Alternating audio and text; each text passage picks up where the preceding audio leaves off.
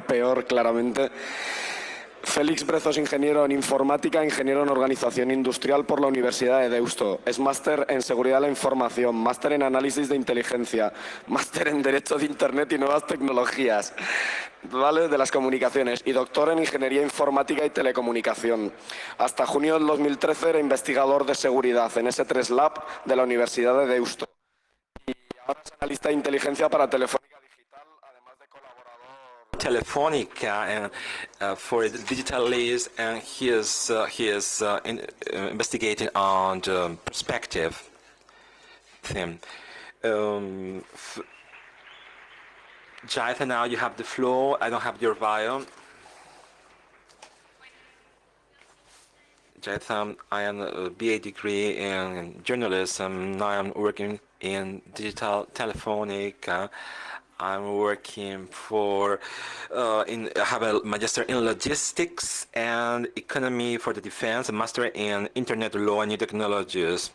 I'm sharing many researches on security and safety. Thank you everybody for your big welcome for us. It's a privilege to share with you this auditorium with all of you. In the remaining 1 hour, we are going to show you the different attacks that the users of eWallet can be suffer. Very firstly, we'll see a definition of what portfolio means. We will see the different types of portfolios depending on the private keys and passwords, the different types of storage, different attacks to against the portfolios, their implications. With 125 euros at stake, we will implement these examples. Very firstly, concept of portfolio. A portfolio is a file where you can format the private passwords. Is the wallets. This is my money. This is not other people's money. So the different wallets, as you can see, the generical wallets, their private passwords would be defined by a random number. These values and problems, these wallets are so safe as the generator of random numbers. The algorithm used to sign the transactions as well. The big inconvenience or drawback is you can lose the private password, and this guy lost around 40 cents of Bitcoin, and he cannot recover for now. Second type of wallet, vanity wallet, generated in a very similar way as the random wallets. Here we're going to introduce an additional element, is a template or pattern. We want this pattern to have the address. We create two private addresses, and we get a positive result. If not, we are persistently generating new pairs of addresses. The advantage is that from a safety and security point, we are going to get it robust and complex. Another additional advantage is that we are going to send over to the rest of the people more amicable and friendly wallet, but the cost is the computation of these wallets. For wallets with one rooted, it's going to take us around 10 hours. Now let's move on to the mental wallets, generated from a sentence, code, a date, a word. So what are the big drawbacks for these mental wallets? There is not necessary to storage the private keywords or password at any place, but the drawback, even though it's easy to remember this private word, is going to be easy for other people monitorizing dictionaries in order to create private password. The fourth type of wallets are multi-signature wallets. Unlike the previous ones, they don't have a private associated password. They are three addresses are used until you get a multi-signature address. In the case of Bitcoin, will start by number 3, whereas the normal ones start by number 1. If Yaiza and myself share an address and we don't trust each other to send bitcoins on this shared address, the two people need to sign it. With this, the process is more laborious and complicated because you need to create transaction one signed by the other person. It's messier, but um, new actors, referees or arbiters will arbitrate and mediate just in case of accidents. Let's see the types of storage of these private keywords. You can see the file wallet available for the user at any PC. The second place, you have the mental wallets in which the user will only have to store in his head the word generated by the private password. And thirdly, we have the wallets on the cloud, which is a third party in charge of storing these keywords and passwords. Now let's see the vectors of attack depend on how we store the wallets. Local wallets depend on the client we're using, Electron, Bitcoin. By default, roots for this wallet, system wallet, Bitcoin, if it's Linux system in the folder Bitcoin. Generally speaking, these clients and customers installed on the computers will allow us to perform various consults and consultations to create batch-based transactions. An attacker can use it when access our equipment to dump and export the content of a private password of one address by dumping, exporting into another third equipment, and wait for verifying if this account has a balance. If the wallet is cipher, part of this information can be checked, and at a certain moment in time, if we want to perform transactions, a password will be asked to us. And we will do brutal attacks and to access the password, and we can move the money to a different type of accounts. Lastly, the last step we can do is to recipher again the wallet for the legitimate owner can access again.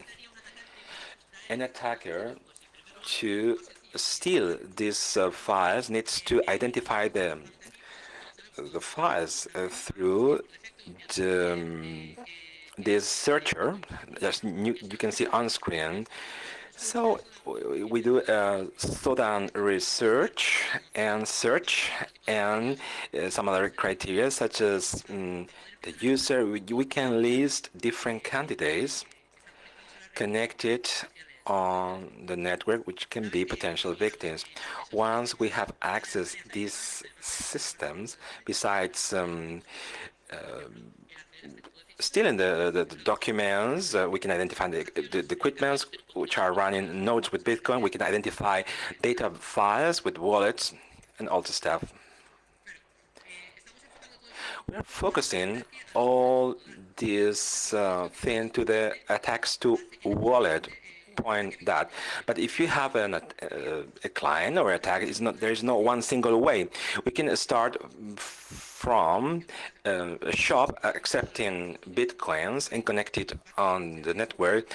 This is going to have a peers.dat file where this guy is going to download all the things, and this can compromise the file peers.dat. So An attacker can controlling the nodes to those is connected. The client can make that the third-party transactions are perceived as valid. Firstly, we have to now to consider the mental wallets process to identify the mental wallets. Firstly, if these areas contain bitcoins, the attacker will be there to steal the money.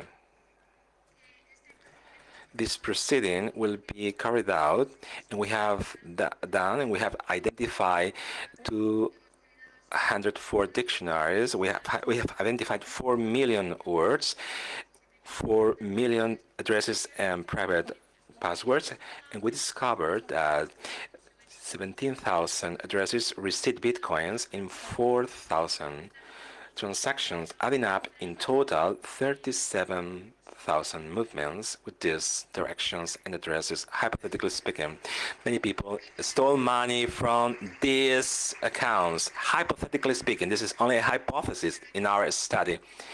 We can see a timeline on screen that proves when this money was transferred to another accounts in bitcoins and in dollars. In principle, specifically, we may have taken around $3,000 at the moment we took the money out of this wallet. But it should have waited for the critical value of these bitcoins. We would have been sold the bitcoins worth of $20,000. We have done this with very limited and restricted resources. That's why we wanted to monitorize if there were people checking these accounts. That's why we put on some baits.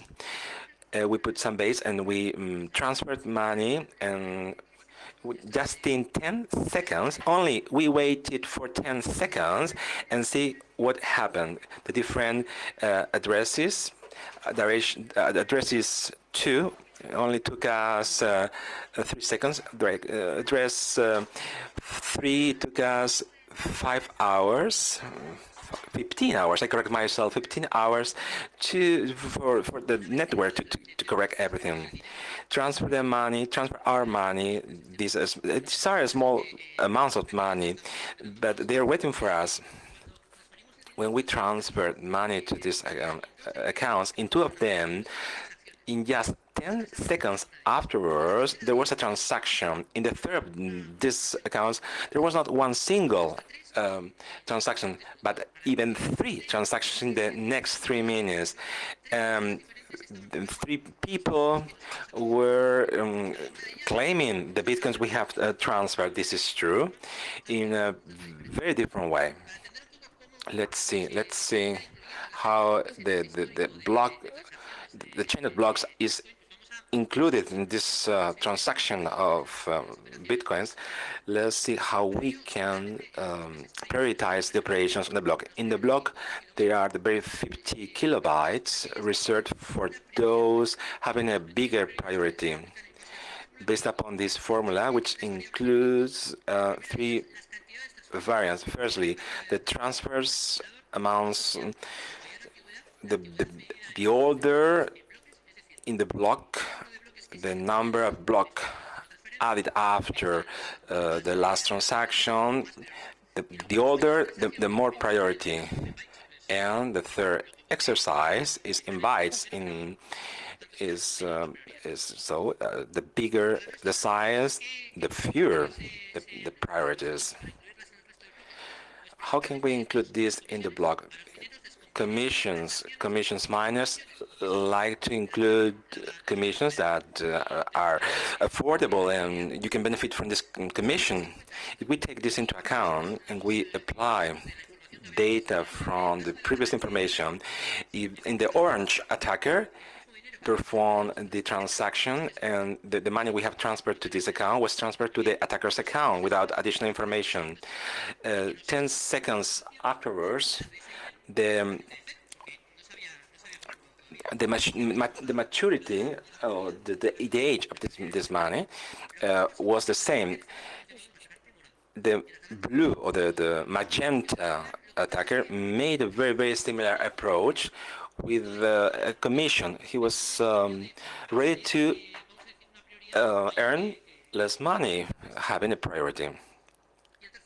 And the third attacker made an approach very differently. He did, instead of transferring the money we moved to that from an account of himself, he moved a lot of money, 7,000 millions of cartridges.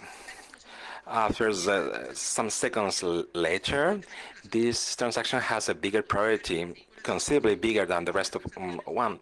Once the transactions were confirmed, the third one transaction was the best. If third parties would have accepted the other transactions, there would have been a transaction to buy a computer or another product. 6 hours later, they would have seen that the valid transaction finally included in the chain of blocks would have been the third one. So the bitcoins and the remaining ones wouldn't have existed. They would have incurred a triple expense. So how the transactions on the clouds are compromised. Finales 2013, principios de 2014, pues ya se intensifica una campaña. 2014, we identified a campaign for stealing platforms on Bitcoins. These dates coincide with the moment where Bitcoin achieved the greatest value in the market. Considering the information that a generic botnet recovers, how far could we have gone with all the platforms that we analyzed? Platforms require username, a password, and that is enough to access the platform, with the exception of those platforms that have activated a two-stage process. Well, in all the platforms that we have analyzed, those in green are the ones that could have been accessed with no problem. But is that information enough to make transactions? Well, actually, the same as it happens with the banking sector. Sometimes when you want to make transfers, they ask you for, they require additional information such as PIN numbers, or you receive an SMS with a code. So some of these platforms that we access only with the password is stolen through a generic botnet, we could have made our transaction. However, others had higher security levels, and that would not allow us to carry out a generic attack. Still, we have a list that included, well, that only with generic or default information we could have been attacked. Right, and then attackers also know about that. They are exploiting and using traditional use techniques that have proven very useful in the banking sector to steal this type of currency. At the end of the day, monetization is virtually, well, immediate, okay? So, and it's not only about phishing campaigns, but also it's about files for configuration, Zeus, and then, well, aimed at attacking Bitcoin platforms right away.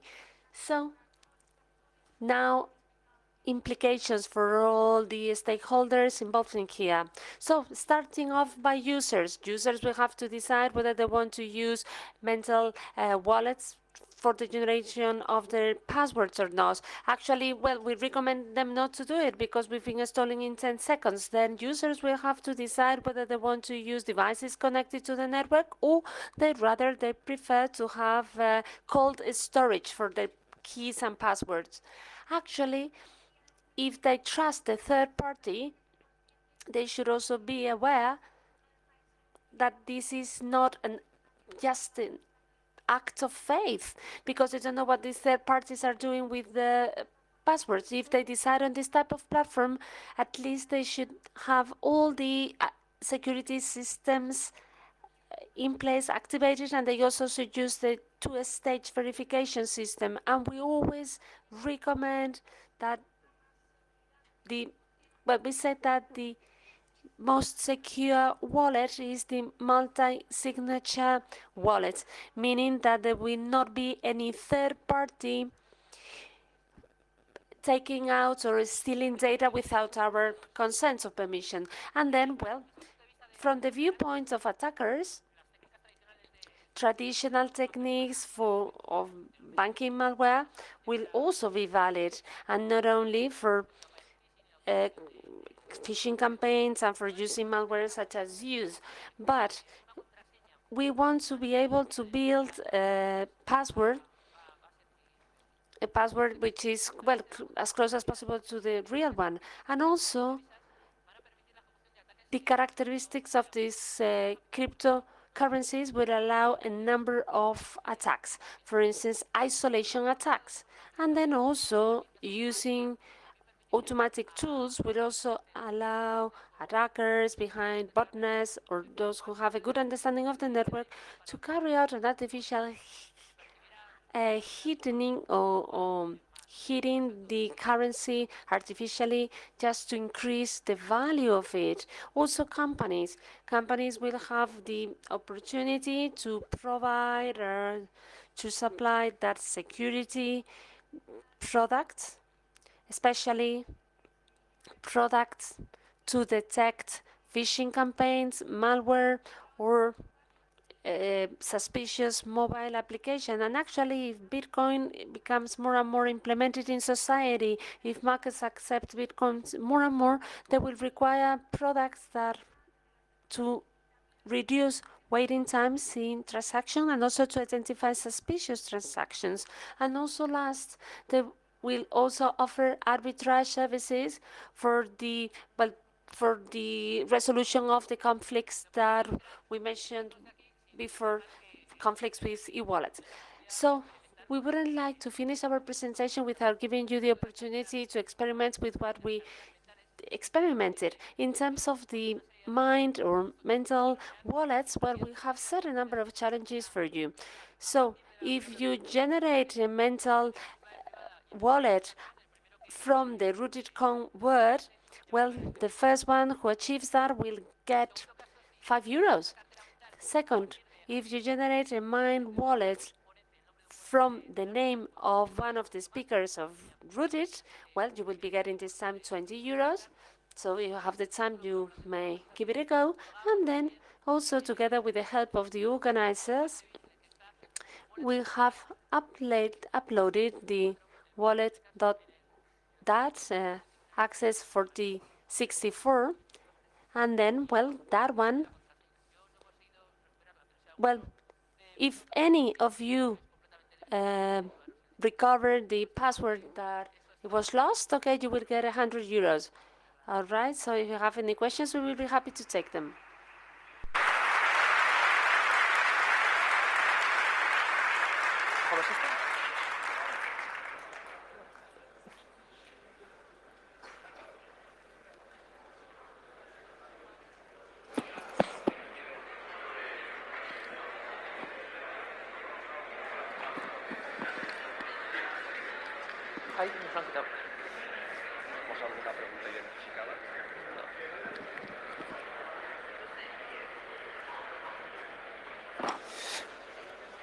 Igual que gente mineando, se podría montar un esfuerzo colaborativo para... Well, perhaps we could work, well, because we have people doing mining, okay, well, perhaps we could do something in a collaborative manner to recover the money.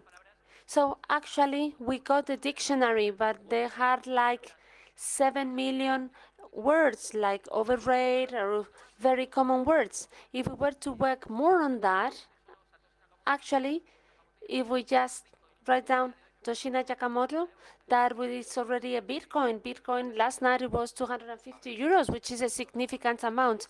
Well, have you tried to run that in a Google or Amazon instance and to compare the money that you hypothetically recover with the money that you spent on running it? Well, we didn't do that exercise. Well, to do that, to put it in practice, we have a problem. We have to take the money. And if it is someone else's money, that is a problem. As far as I know, that money does not exist. Okay, well, I would just look other way. Okay. So, any questions? No, we didn't lose lots of money. Actually, transactions, yeah, were carried out with a small amount of money. Well, I lost more money than you.